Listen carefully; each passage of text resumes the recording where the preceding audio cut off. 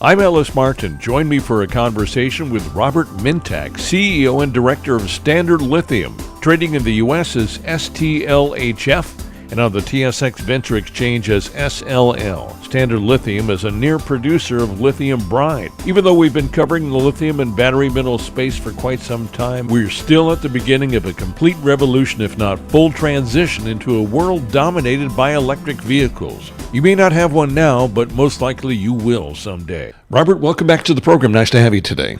Thank you, Ellis. Thanks for reaching out. Catch us up with Standard Lithium and Arkansas. What's happening over there? Well, since the last time we spoke, which was a number of months ago, we've had our heads down and been doing some significant work, both on the project development, on our resource assessment report that we just put out, and more importantly, a planned joint venture announcement we made with German chemical company LANXESS on the South Arkansas project. So regarding the resource report, over the summer we have been compiling a 43101 on our Arkansas project, actually two reports, one on 150,000 acres of permitted operating brine leases. So what I mean by that is it's actually brine leases that are in production for brine. They're pulling chemicals out of them, not lithium, but it's a permitted land package.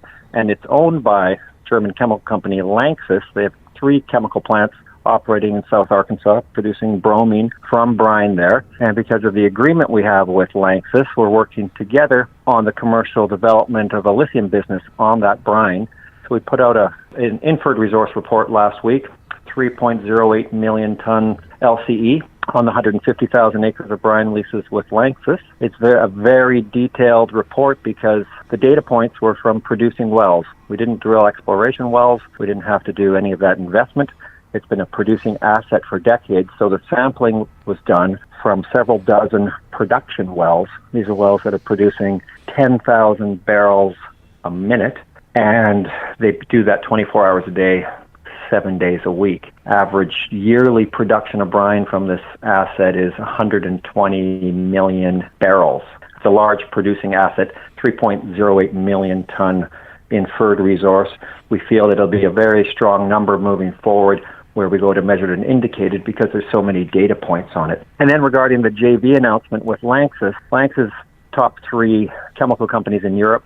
They've got 74 chemical plants around the world, 19,000 employees. They're a very large player in the chemical industry.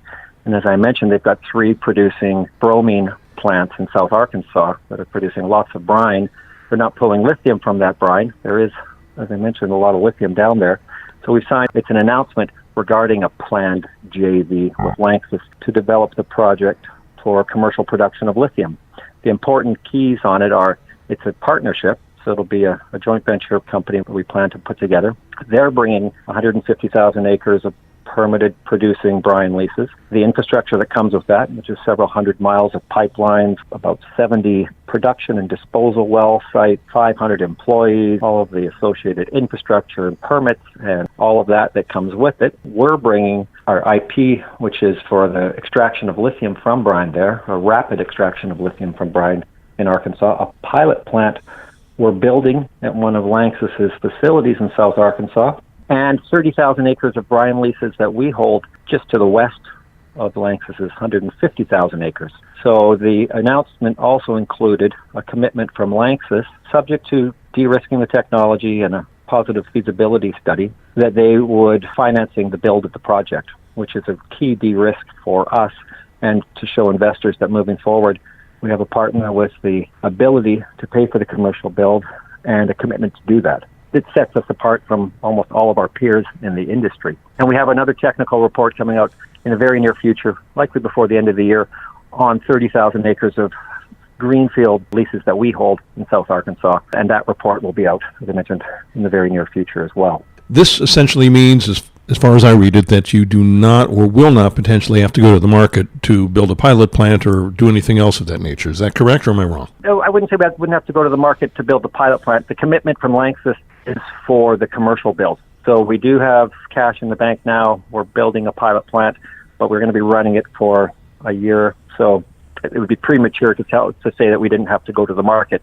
But we won't have to go to the market for the commercial build, which is the one that holds up virtually every project. So that's where the big investment. The pilot plants is not a large capital-intensive investment on our part. Therefore, I'm guessing that we can look at production within the next 2 or 3 years. Is that a fair estimate? I don't want to do too forward-looking on that, but we have a fairly clear path towards a point where we could, if it's a positive feasibility study, in less than 2 or 3 years, announce a commercial build at that point.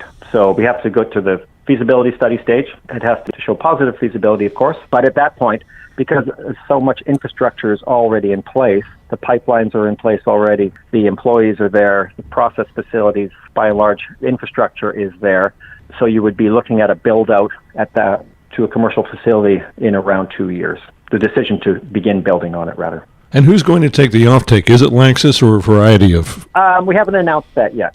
I can't go into details on what the production distribution channels may be. There's a number of obvious ones that would make the most sense, but as we get to a definitive agreement with LANXESS, more of that will be coming forward. You've been in the space for a long time. What sets Standard Lithium apart from everything else you've been involved with in the past? Well, what sets us apart from what I've been involved with and most of our other peers, there's a number of great projects globally. Australia has a number of great hard rock projects that are moving forward. There's some good projects in South America as well, but the key hurdles they face generally are the ones that every company faces when you're starting from scratch regarding discovery, asset development, resource development, infrastructure, all of those things that have to be brought in along with permitting. It can take 5 to 10 years to build a project. There hasn't been a new brine project built or Cobre earlier this decade. LAC has been at it for 10 years now. It'll be another 2 before they're in production. We didn't want to do that with Standard. So we found a way to take a shortcut to find a resource that's in production, a large lithium resource, 3 million tons, large volumes of brine being produced, and we partnered with the owner of the asset, who happens to be a multinational chemical company, and we now can point to investors that we have a fairly clear trajectory to get to feasibility, along with that, a commitment for financing the commercial build. Really, I don't know of any other company in the space that has done that. It's a unique position globally in that the asset exists like this. I don't think there's another place anyone can replicate it. My partner, Andy Robinson, and I looked at it. Andy did, I'll give him most of the credit on the data and modeling, so we knew the project had the potential to make significant asset value and a significant potential producing region. So he put those numbers together. Everything's coming very close to what his assumptions were, and we were met with a favorable response when we approached LANXESS on an opportunity to work together. But there isn't really any place else in the world you can do this. So we sit unique from our peers in a number of ways, that the asset's a clear path to production. We're partnered with a multi-billion-dollar German chemical company. All of the infrastructure is in place. It's a very favorable jurisdiction to work in. We've got a fairly tight share structure, and we have a commitment for commercial financing subject to feasibility being positive. I've been speaking with Robert Mintak, CEO and Director of Standard Lithium, trading in the U.S. as STLHF and on the TSX Venture Exchange as SLL. Learn more about Standard Lithium by going to their website, standardlithium.com. For the Ellis Martin Report, I'm Ellis Martin.